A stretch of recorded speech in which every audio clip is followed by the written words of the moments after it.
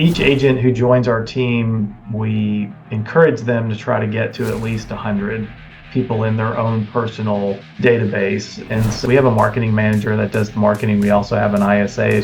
The marketing that goes out, it's from them, from the agent, and we want deals to come from their database as well as our database. If it's done right, a third, even if you're on a team, a third of that agent's business should come from their personal database and their efforts marketing to their people. I mean, they're able to leverage the team to do that through our marketing and through our experience and all of that, but they should be leaning into their database as well. Welcome back to the Massive Passive Cash Flow Podcast. I'm Gary Wilson, your host. This is, of course, the Industry Leader Edition.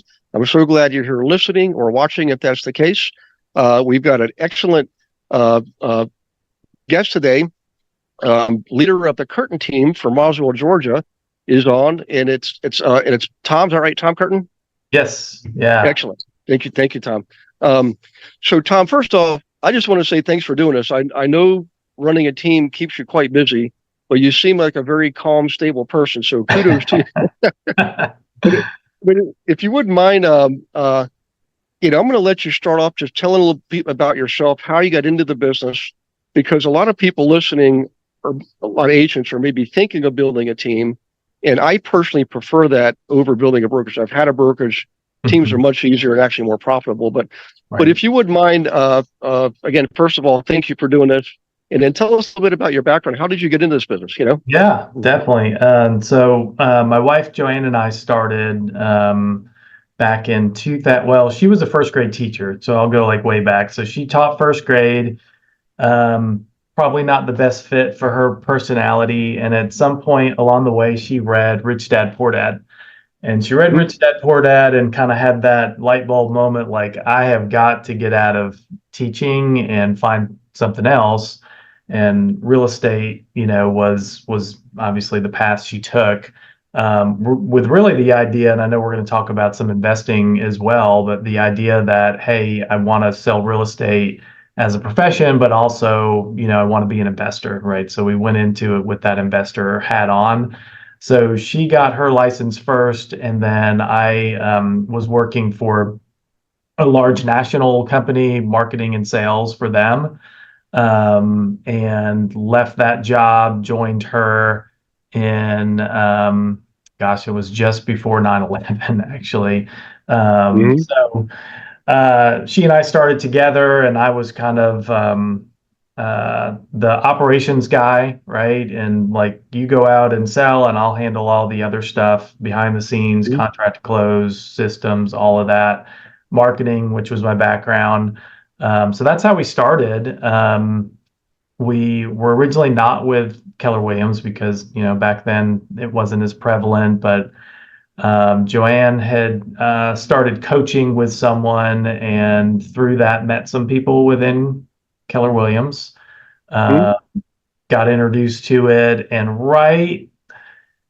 at that time, we were getting pretty busy. We were fortunate. We had a really fast start, right? So I think that first year, we closed 48 deals together in our first year. And of the 48, 46 of them were listings and 2 were buyers. So we were clearly leaving money on the table with not working the buyer side of the business, but it was just, we didn't have any leverage in place. And, so we knew we had a lot to learn there. And that's when we got introduced to Keller Williams and the Red Book and, how to build a team, and super excited about doing that. So that's how we ended up coming over to Keller Williams. We were fortunate enough to have the opportunity also to help start the Roswell Keller Williams Market Center. So we launched that in 2003 as we were starting to build our team.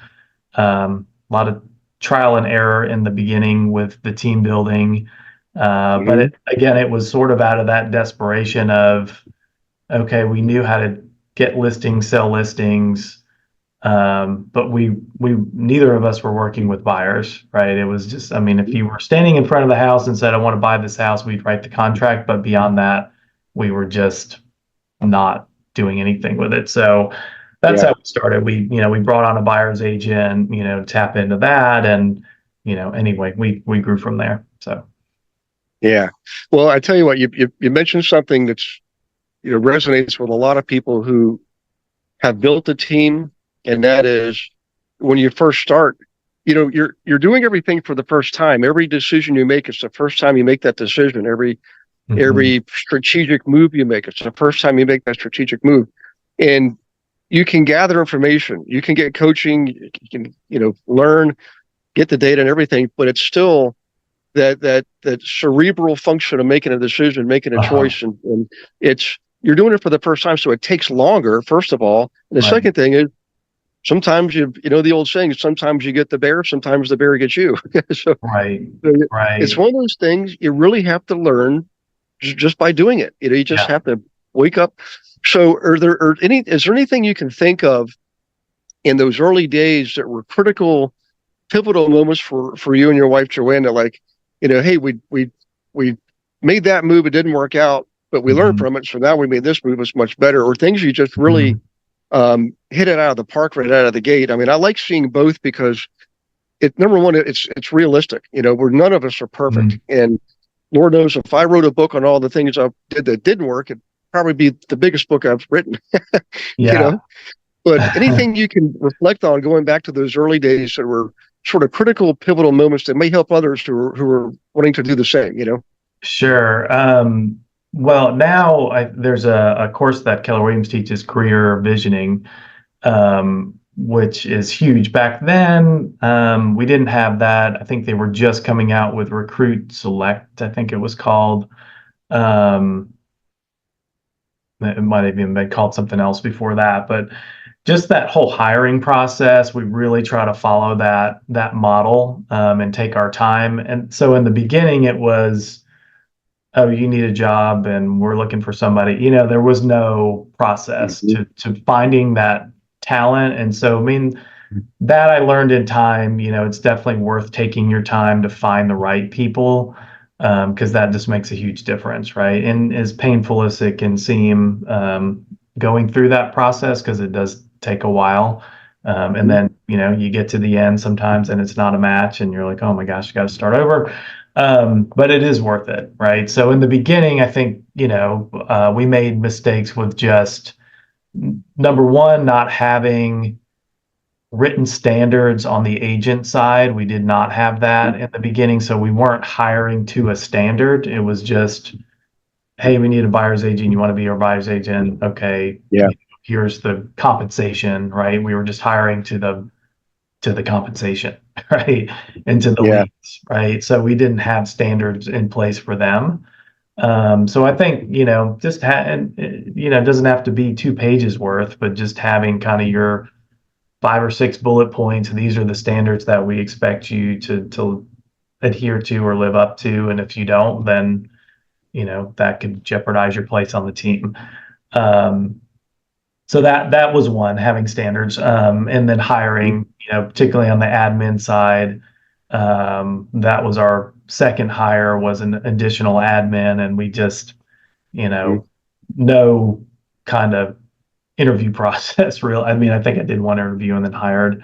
Um, and so we would have gone further faster if we had gotten like a rock solid person in place right from the beginning. So I had to yeah, go through multiple hires, before we finally did, and that just took years. And then taking career visioning and things and following that process to finally get there. Um, so I think we do a pretty good job of that now, as far as hiring and trying to find the right, not only job fit, but that culture match. That's another yeah, thing we've learned over time, because we've gone through, and I think most anybody who's had a large team for as long as we have, you go through, um, iterations of the team, right? Where mhm, things, you end up replacing a bunch of people, or you have a few people leave at one time, and you definitely learn from that. And so the first time that we really got to a large size, this was probably back in 2014, 15, we grew pretty fast, right? And we had mhm, hired a lot of people, and my wife was just like not happy at all. She's like, I don't even want to be a part of this team. There was just a Uh, big culture disconnect, right, within the team. yeah. So, her own team, she didn't want to be a part of it anymore. So that was a problem. So we essentially had to kind of implode the team at that point and rebuild it with the philosophy of we need to make sure that we're building a team that we would want to be a part of, right? And so Yeah. that was our filter. Like everything that we did was like, well, if we're going to make that a standard, would we want to join a team if that was the standard? And if these were the things that we're doing as a team or the requirements that we're putting on people, like it was always that, so we filtered that way and got a much better culture in place, I think, after that. Mhm. And obviously, one that we wanted to be a part of. So that was a big learning piece for us to go through that. And I mean, it wasn't like an overnight thing. I mean, that was a 1 to 2 year evolution, Yeah. really. Yeah. And then it also, like you said, it, there's a life cycle. It goes, there's cycles to it. Like you Mhm. said, I just went through it myself. I've got a national team. That was my big vision, is to go from having a local team to a national team. And I couldn't quite figure out how to do it. Eventually I had the vision. And by the way, I love vision work. I teach it on my team too. It's the first thing we do. It's like, you have to have a clear vision that really resonates with you and is bigger than you. The vision has to be bigger than you, bigger than yourself, because it'll pull you forward. And then when you create goals, all the goals are really truly in alignment with the vision, and then the action steps are almost like I don't want to say automatic, because you still have, it's a lot of work, Mhm. but there's alignment between vision, goals, action steps, and ultimately a plan drives it all, makes it all happen. But getting back to what I was talking about, it goes in cycles. I just went through one where in the last couple of years, I let go of a couple of employees, replaced them, let go of a few more employees. Didn't replace them because I was able to do a lot more streamlining with technology and things like that. And Mhm. it's a little bit of a shock to the system when you do that. I mean, operations is, of course, different people than sales, but the salespeople see what's going on. They're aware of it, and there's some impact there. Mhm. And I think the reason why you're able to succeed, Tom, you and Joanne, is um, you probably have a clear vision, but also you do have a culture that you talked about. When you have a really good, wholesome, healthy culture, that it's you encourage people to be healthy, not just financially, but spiritually, mentally, physically. Take care of yourself, take care of your family. That kind of a culture, it, it's it's you can't how can you argue with that? There's nothing. It's all good. Mhm. Um, and I really appreciate you sharing those components there. Now, and I did look a little bit, and you do have quite a large team for a local team. You've got a lot of people there. you know, um, but how do you, if you don't mind me asking, and you don't mind sharing, um, as you grow, what happens is the component of management starts to loom larger and larger, Mhm. and where a lot of people get stumped or stumble is when they realize, oh my gosh, I'm spending more time managing and Mhm. less time doing what I really love, which is either sales directly or being involved with sales. But did you guys experience the same thing? Was there like a point where you realize, holy smokes, we're no longer a small family team. We're really Mhm. into that next level. Mhm. And how did you uh, cope and react to that? Anything you can think of that help you Yeah. evolve into that next level? Well, a couple things. I think first, backing up like the path to that. One of the mistakes that we made, both Joanne and I think we stayed in certain roles longer than we needed to. We could have Mm-hmm. leveraged out faster. I mean, me on the operations side, I held on to certain things that I was doing for longer than I should have, right? I could have been more focused on other things within the team. Um, so that, I would have hired faster. The other thing was Joanne is not in production anymore. So she hasn't been selling actively for a couple of years now. And that was a goal of hers. But it took it takes time to get to that point and have the right people in place and systems and all that to be able to do that. But again, we could have started that process sooner to avoid it, because right before she got, or by the time we started that, she was really kind of at a burnout point, right? So it Yeah. was a little late for us. But as far as the management side, we tried different things, having different layers in place. And, we're actually have just gone through a transition. I had someone in a director of sales role that was, managing, I guess, so to speak, over the agents. And that person has taken a step back, and I'm really back in that role now. I think, and Joanne has done that role. She didn't like that role. So like you said, she wanted to be in sales only, right? And outselling. And she still is from a, connection standpoint. She's just not the one that's going to list your house, but she's still in a sales role, right, for the team. But where I was going with that is she hated it, right? She did not like the management side. She doesn't want to be in the office. She doesn't want to be here. Whereas I don't mind that. Like, I'm here in an office. I like my routine. I'm here every day. I've got the things that I'm keeping an eye on, and I like all that. So when I had somebody in that role, there was a little bit of a disconnect between myself directly and what's going on with the agents. So I did miss that, and now I'm kind of back in that direct connection with both the admin side and the agents. And I think it's better. We're in kind of a leaner, meaner place with all the market shifts and everything that's going on. I feel like that's where I need to be as CEO of the company. I really need to be in tune with what's going on, because it's not necessarily going to be business as usual, these next few months or however long, with all the changes that are coming. I feel like it's important that I be as close to the front lines as possible, if you will. And I don't mind it. I mean, I'm more in that role. I think I'm more relaxed. I don't know, just having done it for that long, I'm not a hard-nosed accountability type, like I need to see the number. I look at the numbers, I see them, but I'm not, it's not my major focus, right? So I don't know if that's just because I'm older now, older and a little more mellow, or just the experience of having gone through it.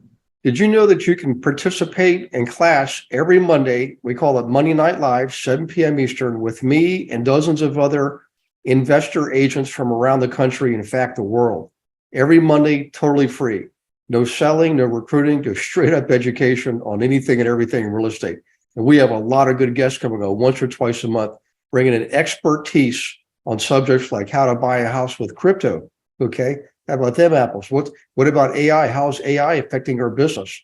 How about the metaverse, blockchain processing? We're already using it in title work. So come on to Monday Night Live. Be ready to take notes and ask questions, because it's live and engaging, and you get to participate by asking questions and meeting others. So we'll see you there. Go to realestateWithGaryWilson.com, click on the resource tab, drop down, and you'll see Monday Night Live. And in there, you can see one of the most recent classes. But more importantly, you can register for class, as many as you want, going up to like the end of the year, I believe. So in any case, do that. We'll see you on Monday Night Live. Look forward to meeting you in person. Take care. Well, I think it's probably a little both. I mean, as you age, of course, you tend to really think of like our parents, like our dads. I'm sure a lot of they hit a certain age, we're like, boy, Dad sure is calmed down now. He's more mellow than he was before. And it's just life experience just teaches, you know what, that the sun's going to shine again tomorrow. Life is good, and there's some experiences that may seem bad, but you get through them. But I think the other part is your personality. I don't know, because I don't believe we met before, but you probably have a very balanced disc profile. Right. Yeah. Sure. We are so much alike. It's uncanny. And when I first did it, people said this is really rare, but you're very well balanced. Yeah. And what happens though is it makes you such a great leader.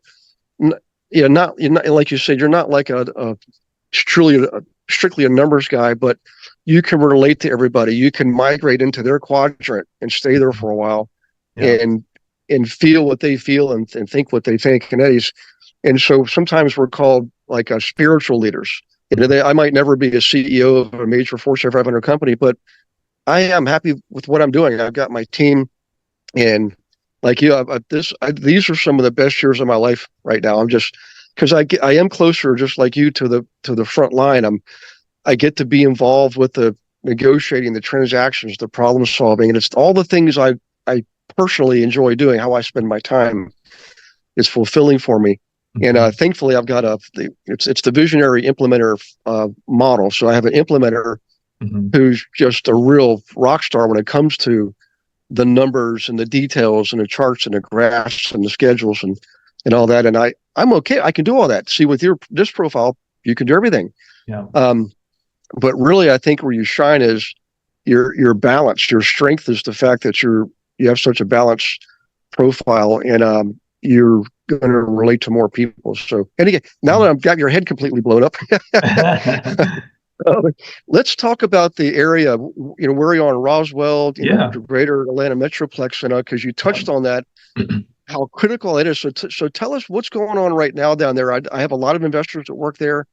I've always loved the area, but I'm not feet on the ground like you. If you don't mind sharing what you have, that would be awesome. Yeah. So we're in Roswell, which is a suburb of Atlanta. So we're just 30 minutes north of Atlanta. And Roswell has a lot of history, right? There's historic homes here that were spared when a lot of the old homes got burned in the Civil War. So we've got that history. Great parks, a lot of families like this area. Schools, of course, are excellent. My wife and I actually live in Milton, which is just north of Roswell. A little more of a equestrian feel, a little more space, green space, and so we're still seeing, I guess, and we work kind of the whole. You can draw a 10-mile radius around Roswell, and that's kind of our bread and butter, right? So we'll go to, Woodstock or East Cobb or Johns Creek or into Atlanta, Sandy Springs. All of those are great areas, just depending on what you're looking for. We're still seeing a lot of relocation coming to our area. Even if you work in Atlanta, I think a lot of people choose to live in our area. Just because of the things I mentioned, the schools and the parks and the choices with homes and neighborhoods. Still seeing a lot of, we're working with several people from California. That's been a common theme, Northeast California coming here, really all over the place. We also have a partner in Blue Ridge, which is the North Georgia mountains. It's another pretty unique area. You can from here to Blue Ridge is about an hour and a half drive, right? So within that time, you could be really in a completely different world. So a lot of folks have second homes here. From an investment standpoint, that's an Airbnb market. We personally have, my wife and I have a property there. We have 2 properties there now. But on the Airbnb market, and unlike our area is still a seller's market. I mean, it's softened a little bit. It's not gangbusters, but it's definitely still trending on the seller market. Blue Ridge is a buyer's market. They have like 8 months of inventory right now, so there could be some opportunity there for the smart investor if they're looking for that short-term rental type investment. Yeah. Actually, I do have a client. He's in really morally or in southwestern North Carolina, going up to like the Franklin, North Carolina area, and it's just boomed. When I was a child, I probably had mentioned this, but I grew up in what's called upstate South Carolina, Greenville, Spartanburg, Anderson, Clemson, and I went to boys camp at Camp Greenville, which is just over the North Carolina line, and we would drive to Atlanta on buses to go see a famous Atlanta guy named Hank Aaron swap these baseballs over the fences. And I was 8 years old. Yeah, I got to see him hit number 711 or 712, I forget, but I was Oh, 8 years old. I think, what a thrill. But yeah, my grandfather, by the way, was a professor in Dahlonega. It was at the time it was Dahlonega College. Now it's part of the North Georgia right. University system. But that whole corridor going up to like Cummings, Georgia, right around Lake Lanier, Yeah. Gainesville, up in there, just Yeah. amazing the growth. And for everybody listening, Georgia is still very much growing. I mean, the Atlanta Metroplex, since I was a child, it's it's hard to describe, but it's what's got the busiest airport in the world, actually, That's statistically. right. Yeah. Um, you got That's several another thing. You universities. mentioned the airport. A lot of people will choose to live here because we enjoy direct flights pretty much anywhere if you fly Delta. And so Yeah. for people who travel a lot, or even if it's for recreation, coming from different areas where they have to, I mean, you know how travel is now, right? Like if you have Hmm. a connection, you're at risk of missing something with the way these flights are. So being able to go direct pretty much anywhere in the world out of Atlanta is definitely a Hmm. plus of having that busy airport. Yeah. Well, not only that, I'm going to put a plug in for a restaurant called Mary Mac's right in downtown Atlanta. I don't know if you ever heard of it or been I there. have not been there, no. Oh, it's amazing. Good. It's grandmom's cooking. I've Okay. never eaten a restaurant that's that close to authentic, genuine cooking. Just an amazing place. And I love Atlanta. I love the people, the whole state. You've got, a major, army base out in Columbus, plus a major Mhm. university in Columbus, and then Mhm. over in Athens, you've got another giant university. Mhm. You've got beach areas in Georgia. Mhm. Of course, Savannah is an amazing town. Yeah. Um, you're close to Augusta. You got to. There's people don't realize this. It's right on the state line there, and there's two Mhm. Augustas, Augusta or North Augusta. But Mhm. Macon, Warner Robins, all that in the south and up north. And I mentioned Cummings, but there's East Cobb, West Cobb. There's so many areas Yeah. around Atlanta that are still experienced and will continue. I don't see it stopping ever, quite frankly. Mhm. But wonderful opportunities for investors. Now, does your wife still get involved with investing? Does she still have an interest in that? Yeah, she absolutely. So, one of the ways for us personally, we're still actively acquiring when we have the opportunity. And, Mhm. um, I think a great way is for us being in the real estate world with our database, we will let people know that we'll buy homes. And our one of our most recent acquisitions was a client who'd been in our database for 20 years, and he was just in a situation where he found a house that he wanted to purchase and was in his son's neighborhood. So it was like, I got to get this house, and that's where he wanted to be. But he had to I don't know, he had to buy it in like 3 weeks, something really fast. So he came to us and said, "Hey, I need to sell my house super fast." And anyway, that's how we ended up purchasing from him. But he knew from my wife's conversation, she had always said to him, like, "Hey, we can list your house or we can buy our house, just always keep that in Mhm. mind." So yeah, so we're still actively, and I know the numbers are harder to make work, Yeah. but Atlanta, our prices continue to go up and the numbers do get harder. But I think from a major city standpoint, our prices are still pretty reasonable, right? When you compare it to Chicago, New York, or California, Phoenix, our prices are still doable, right? There's still a number Yeah. that works. Absolutely. And um, if you don't mind, you mentioned your database, and Mhm. I've seen two philosophies on teams. One is where there's a team database, and all the Mhm. leads go there. Mhm. They get farmed out to your buyer's agents and your listing specialists. You probably have an ISA that does the initial screening Right. and the signing of the leads. But do your agents also have their own databases? So Mhm. two-part question is what's your team philosophy on database? Or number two is, how important is it to make sure every record is put on a database, every contact, and then have a regular nurturing sequence? So I've kind of got an ulterior motive here. I Yeah. preach to people all the time, Thomas, they want to skip that part. I'm saying, look, the longer you hold off on your database, the longer you're going to hold off on making a real true profit. But Right. I'll let you do the preaching on that one there. Okay. All right. Yeah. Well, I mean, I'll start with your business really is your database, right? So, Mhm. at least, our business is our database. And I think if you grow it right, everybody's business, that is your database is your business. So, so to answer your questions, we do have, each agent who joins our team, we encourage them to try to get to at least 100 people in their own personal database. And so our marketing kind of cadence, we have a marketing manager that does the marketing. We also have an ISA, as you mentioned, but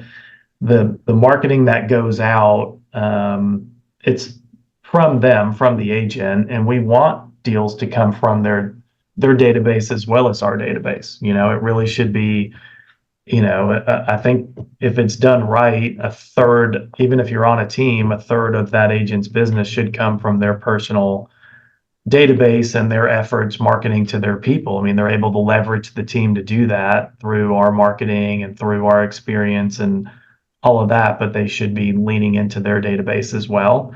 Yeah. So we do have, the team database, and then team leads that come in and that they're able to work those. And we have an ISA that also works those database leads and then,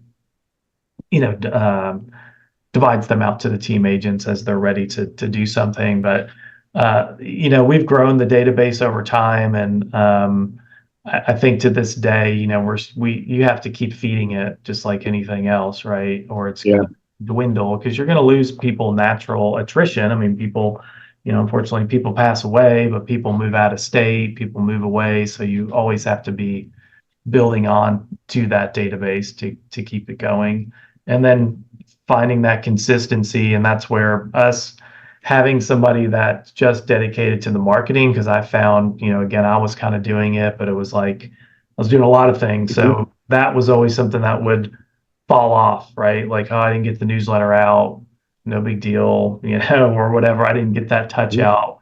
I'll do it later. But having somebody dedicated to just doing that for us ensures the quality and the consistency that it's just, we have that cadence and we never fall off of that cadence.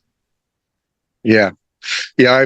I agree 100%. It's one of the things that I did early on that I would, well, now I am doing over is two parts. When it came to the agents, we would pretty much just bring on anybody. If they said yes, we're like, great, come on in, Mhm. And then same thing with the clients. If they called us, responded to marketing, we were just so happy about it. But as it turns out, for everybody listening, and I'm sure, and Tom, I'd like to get your insight on this too. It actually is better. It pays off in terms of profit, but also your peace of mind if you really stick to your culture and attract the agents that match your culture and also the clients. I mean, would you agree that as time has gone on, that's become a greater focus for you and your wife? 100%. Yeah. I mean, in the beginning, we worked with some crazy people, Yeah. just in over time, we've learned, we're qualifying them, we're choosing to work with them as much as they're choosing to work with us. And you're way better off not having those super difficult or challenging clients in your life, right? That to allow more time to work with the people that you want to work with. So yeah, I agree, and I think that's part of that is a learned thing, and part of it is just the having that abundant mentality, right? Like you don't have to hold on to everything. And I mean, I see it with newer agents. I mean, most of their most challenging clients are always kind of the first ones because they just grab onto somebody that there's probably other people don't want to work with, and that's why they're available, right, to work with them. They'll work with those super challenging ones because it's all they have, right? And I get that, and we kind of have to learn by doing and go through it. But to keep doing that, we train pretty early on, like you can fire people and you should fire people, right? You don't have to hang on and keep working with somebody like that. Yeah. Well, I tell you, I know we're probably getting close to the magic half hour, but if you don't mind, I want to ask you, uh, do you and Joanne have plans for expansion, or if like I know for me, where I've got my team now, we're in 38 states, got 100 and some odd people on the team, and I think it's actually we've hit that sweet spot, and I really don't want to grow for the sake of growing because I'm thinking, well, I'm asking, why do I want to grow? And if it's just simply to say I'm in 50 states, that's probably not a good reason. But if it's to provide opportunity for agents, provide opportunity for clients, then it probably makes sense. But do you have growth plans for yourself, even with just the state of Georgia, or what's your thoughts on that? Yeah. Well, I had mentioned, we have a partner in Blue Ridge that we work with as well. So with Atlanta, because of how spread out it is, I think there's opportunities for us to just have strategic partners in different places. So we have Blue Ridge. We were actually just developing a partnership with somebody at the Lake Oconee area, which is east of us here. So, that kind of north, south, east, west quadrants, having those strategic partnerships, I think makes sense. We're definitely in a phase of we will grow organically. I think when we have people who are a good fit and strategically match our vision and they can bring value and we can bring value to them, then we'll continue to grow the team that way. And also, as you mentioned, create opportunity for those on the team. So if somebody comes to me and says, "Hey, I have this vision, I want to grow and I want to be able to do this," then I'll support that growth, right? If they want to do it. But I don't want to push, somebody to say, "Hey, we need to grow and I need you to go hire 5 people," right? So I think it's more organic and then supporting everyone around me, right, with their growth plan. Yeah.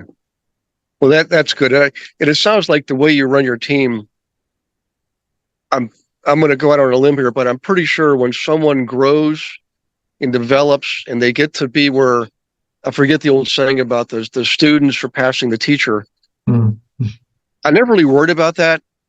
I just thought it's going to happen naturally anyways. But what I realize now, having had it happen, I actually do push people out of the nest.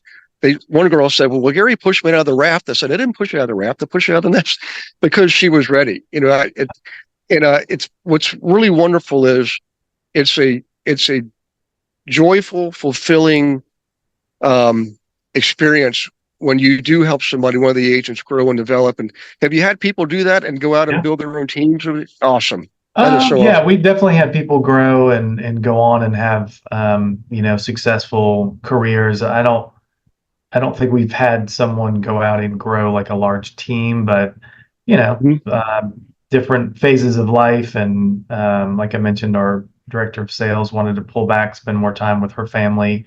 So it's just life, and we support her in that. And yeah, I mean, it is always fulfilling to see people grow and go on and do good things, right? And know that you help them get started or be that stepping stone for them. But yeah. Well, I really appreciate you sharing all this. We covered a lot of areas, a lot of material. And for everybody listening, if it really doesn't matter where you live. If you're looking to invest, if you're in the northern states or Canada, look up Tom Curtin, his wife Joanne, the Curtin Team. They're in Roswell, Georgia, just north of Atlanta. I know exactly where it is. It's between Atlanta and a town called Cummings, Georgia, right on Lake Lanier. Excellent growth area, growth corridor. Great for investing, great for living.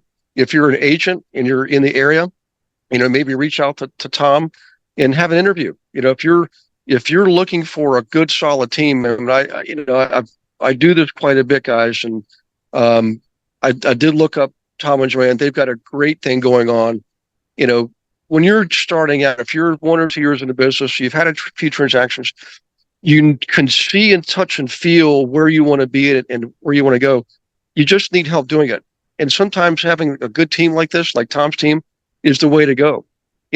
So I would say check it out. And then, by the way, if for those of you listening, if you could please leave a review for this, we really appreciate it.